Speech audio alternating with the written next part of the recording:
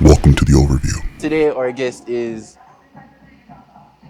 an Olympian World Championship runner from Jamaica, Orlando, Alex Bennett. Orlando, it's nice to have you here today. It's nice to be in here, bro. Thank you for being here. Matter of fact, clearing up your schedule to ensure that you come out and support me, right? Um, Orlando, we know that you're an Olympian, you're a World Championship representative for Jamaica, and you participate in the 110-meter hurdles. What inspired that? Well, I mean, first of all, it was more of an intriguing aspect where I just saw the event. I mean, I wanted to try the hurdles. In high school, I wasn't really the fastest, so I thought this event I can actually like beat some of the athletes because if they fall, I can run past them. So that's where hurdles really played a major role because I'm saying that I wasn't fast on the 100, fast on the 200. Definitely could have run the 400. So I Yeah. just I just I just grew a love for That the event. the you mentioned the 400. That is a very hard event Yeah, to. it's very difficult. I haven't even broken 50 seconds You for the haven't 400. broken 50. No, Surprising, but tell someone I broke 59. it's it's it's a very crucial event. Yeah, and you had people like Dejor, who was a teammate, right, Hmm. medaling with Dejor on the podium, right? Chris, who is a 400-meter specialist, right? Even representing Jamaica on the highest stages as well, right? But I'd like to know, I'd like to know this. Coming straight from the amateur high school level into the professional world of track and field, how was Hmm. that transition? I mean, first of all, the so-called amateur level started at high school. So, I mean, training with the persons you explained, the Dejor, the Tyreek, the Michael, the Carpenter, you name it. It was an environment where it was so hard to basically make an event in the high school because Calabar is so dominant when it comes to track and field. So that created the environment, that created the nerves of steel that basically helped me transition to the professional level. So, I mean, coming out of high school, going pro, it wasn't really hard for me because, as I told you before, I've been used to competing against my peers in high school. So it's just on a different level. True. And you represented Jamaica while in high school as well, right? I mean, I've been to Carifta, double champion, world junior silver medalist. So I have a few accolades on the junior level. At the time, I got the second fastest time over the hurdles. So it's it's a case where you've been doing something for a while that when you go to a next level, it's basically the same thing in my mind. It's just that it's more competitive. It's you have to go faster. My height gets higher, but I'm the type of person where if I get used to something at once, then my mindset doesn't change. That's an intriguing fact. Slight flex. Just Ah, saying, just saying, especially at the junior level where I believe the juniors they go above and beyond when it comes down to this training. It's almost like a professional level, as they say, right? And then you had people like Dejor, who has world records, well, had world records possibly at this time, right? It's amazing how people actually prepare for these things. So like, how does your preparation look like? in terms of like for a major championship or for regular meets. Overall, especially for like your major championships, because like last year you were a part of that big race at the stadium, national stadium in Jamaica, whereas it was a photo finish. It took minutes to actually get the winners, which me believe said them fight out stay. But when I get into that, right, it was the biggest race of the championship, right? How do you prepare for such events? Alright, so I mean, track and field to me is the same thing like life. You have the physical aspect, you have the mental aspect. So I mean, of course, physically, I prepare for the meet, train with my coach, gym, supplements, recovery, massage. Mentally, I just know that I'm in the headspace where I believe in myself, I believe in my capabilities, I believe in God most of all. So it just comes down to the iron mentality and just having faith that everything will work out on the day for you. That's fair enough. So, I in high school, right? I'm not say, well, I know that when I'm a list to music, right, for Mhm. rocking days before the championship, would take a break from social media, or even weeks before the championship, take a break from social media, Break. right? Focus in on the track and field aspect of it. The track gym becomes our life about Mhm. 3 to 4 weeks into a championship, right?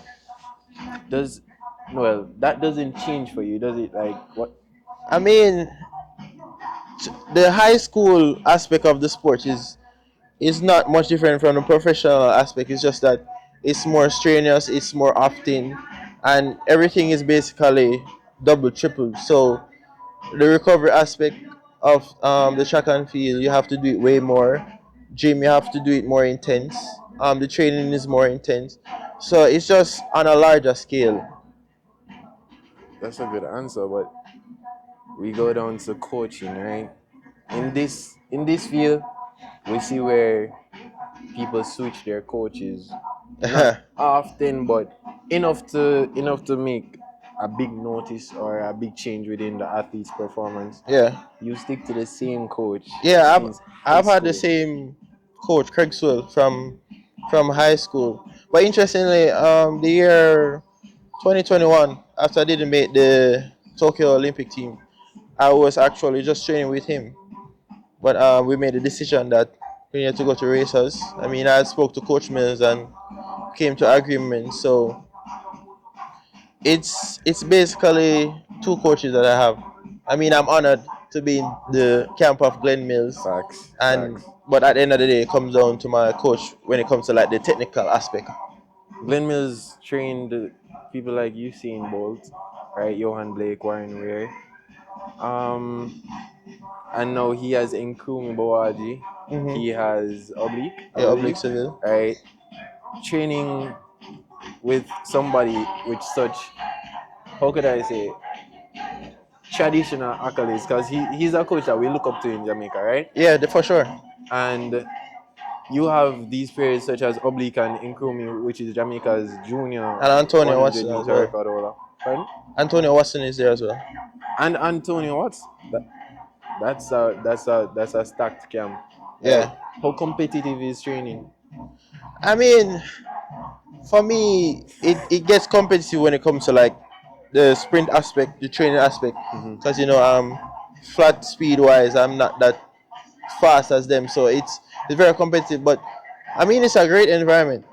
I mean, all of us we motivate each other. They say pressure makes diamonds, so I mean, it's a perfect atmosphere to get better. And Jamaica is they state that for track and field, Jamaica is the island for champions, right? Especially in the sprinting aspect of Jamaica, right? Competing in the 110-meter hurdles, right?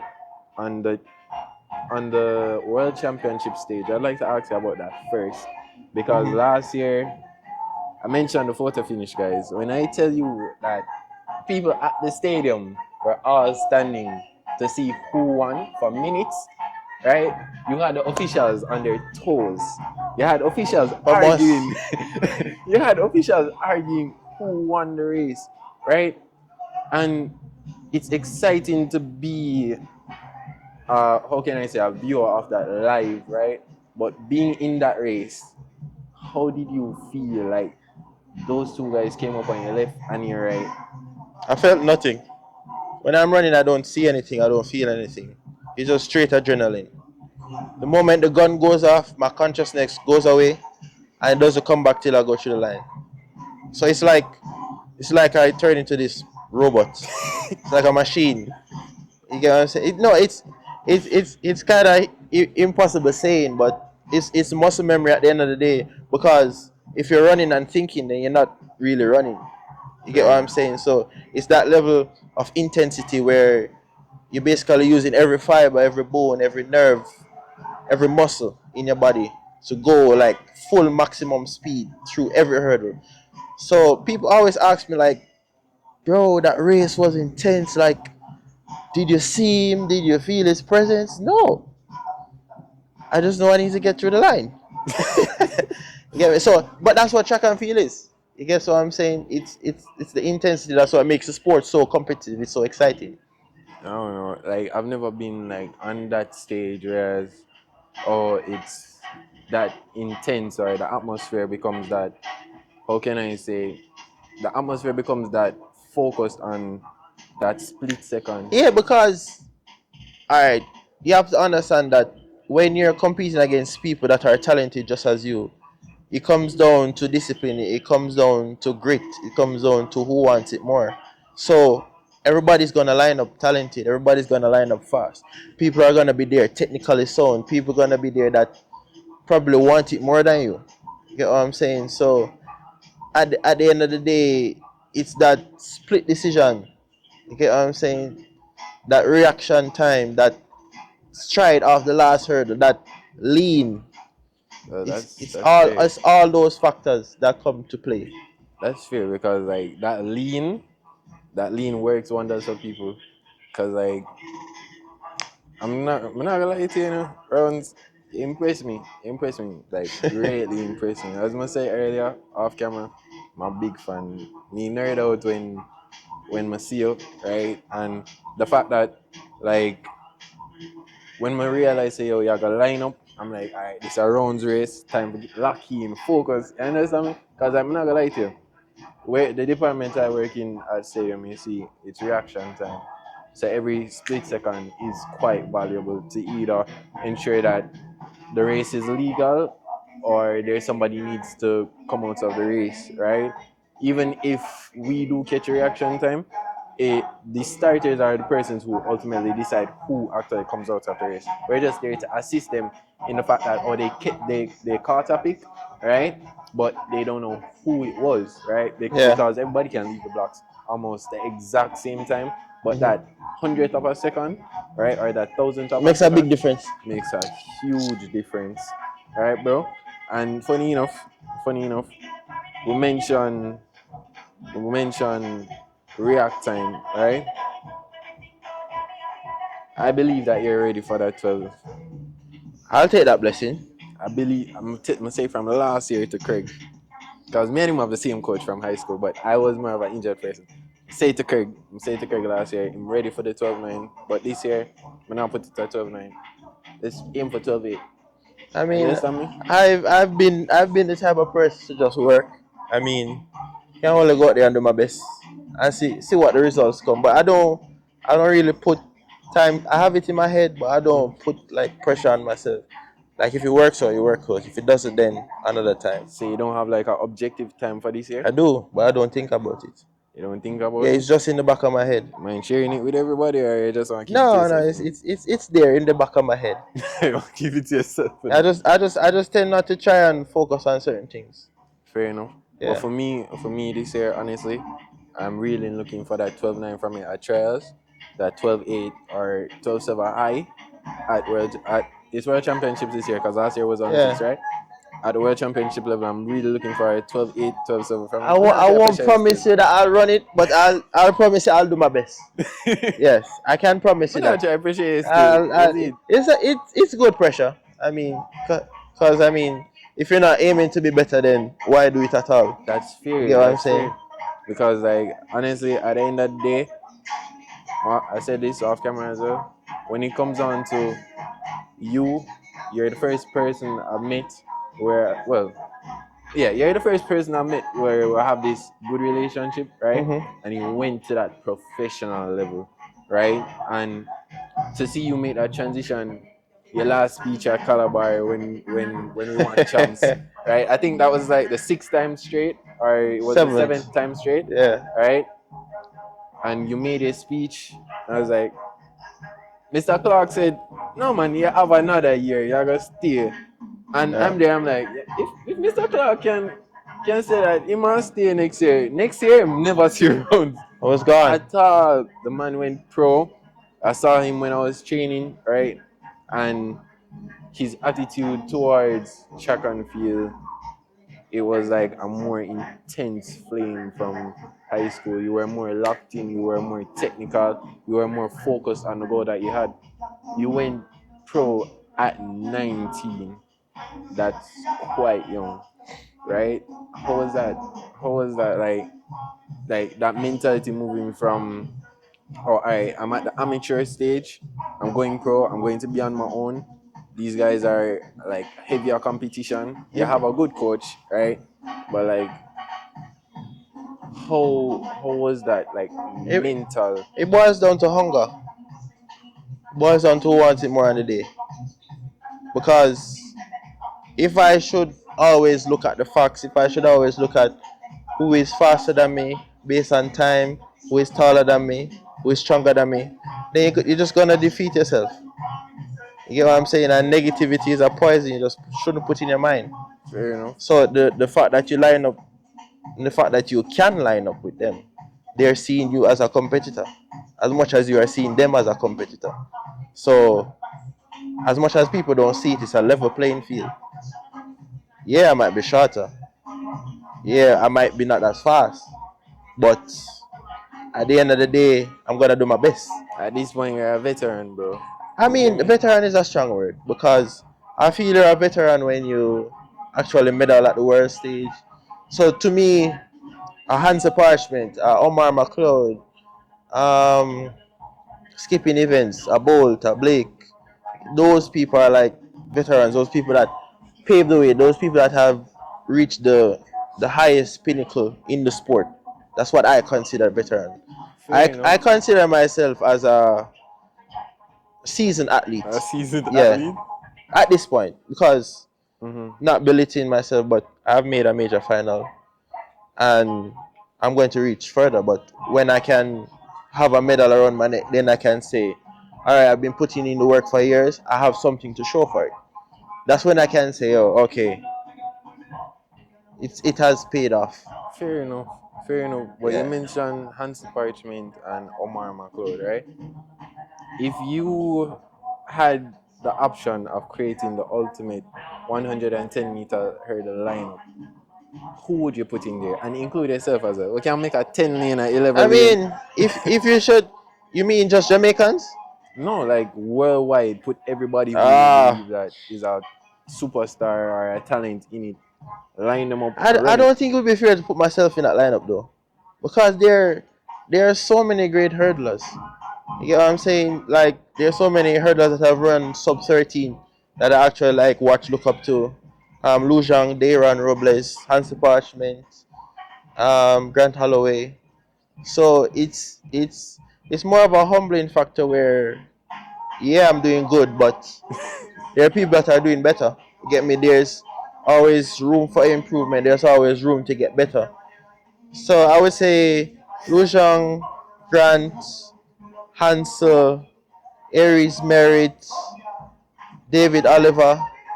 I said Holloway already. Grant. Yeah. Devon Allen. Let me see who else. I would put Danny Roberts in there. Okay, that's a good addition. Yeah. And Orlando Bennett. Uh, Alright. No problem with that. That's actually like one of my main questions because like how would I say you adding yourself to that to that race, that's where I would tune in, right? Because as I say, you're an inspiration not just to me but I to others. appreciate that. Is in me, bro. And then on top of that, right? I have a question.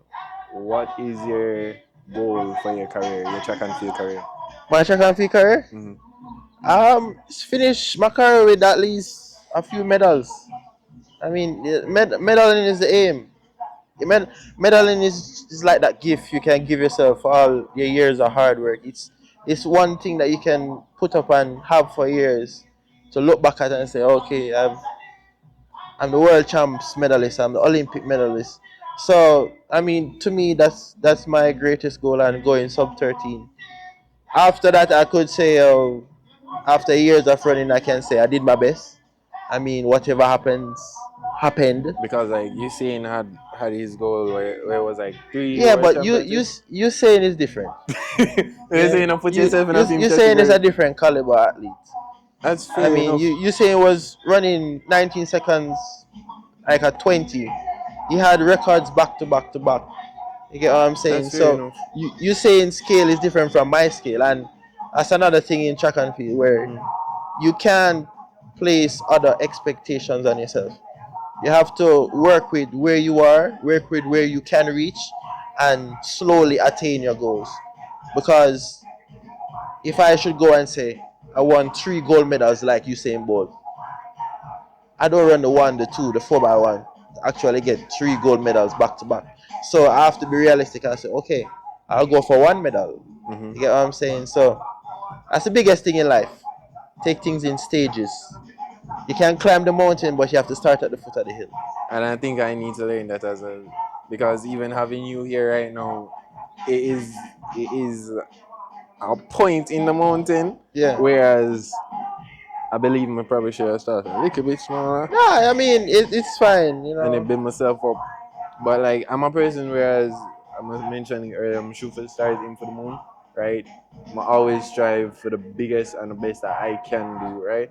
So even if it's Orlando Bennett, right, at Oblique Seville, And you get bigger, you get a Shelly, you get a Sharika, you get a Elaine. You saying, I mean, bro, anything is attainable. You yeah, just have to believe because in yourself. like self belief, guys, self belief. Because last year I never believed someone could have do this. And look where I am now. But at the same time, right, I have to be realistic with my goals, right? So I'm not gonna hold him for very long. And this time there's a lot more questions that I would love to ask, right? But then Orlando is a very busy man. You probably have to fly to China in the morning. China. Because like last time we spoke, he had to go to China. You understand me? And represent himself or Puma in the Diamond League. You understand me? But now he's back home, right? And he's ready for, well, he's getting ready for the World Championship stages, right?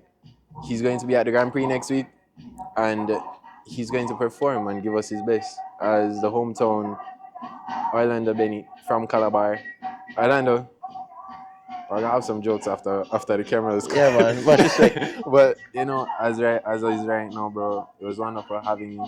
Might have you again. Well, not might. We are going to have you again, especially after that gold medal, Yeah, man. right? Anytime. So, bro, it was a pleasure, and we'll be working alongside each other for the next few weeks, right? So, I don't know how I'm gonna close this out as yet, but dog, I gotta edit it in my editing team. But as is right now, I don't know. Enough love and respect, Lizzie, bro. Appreciate it. Ah, bless up, bro.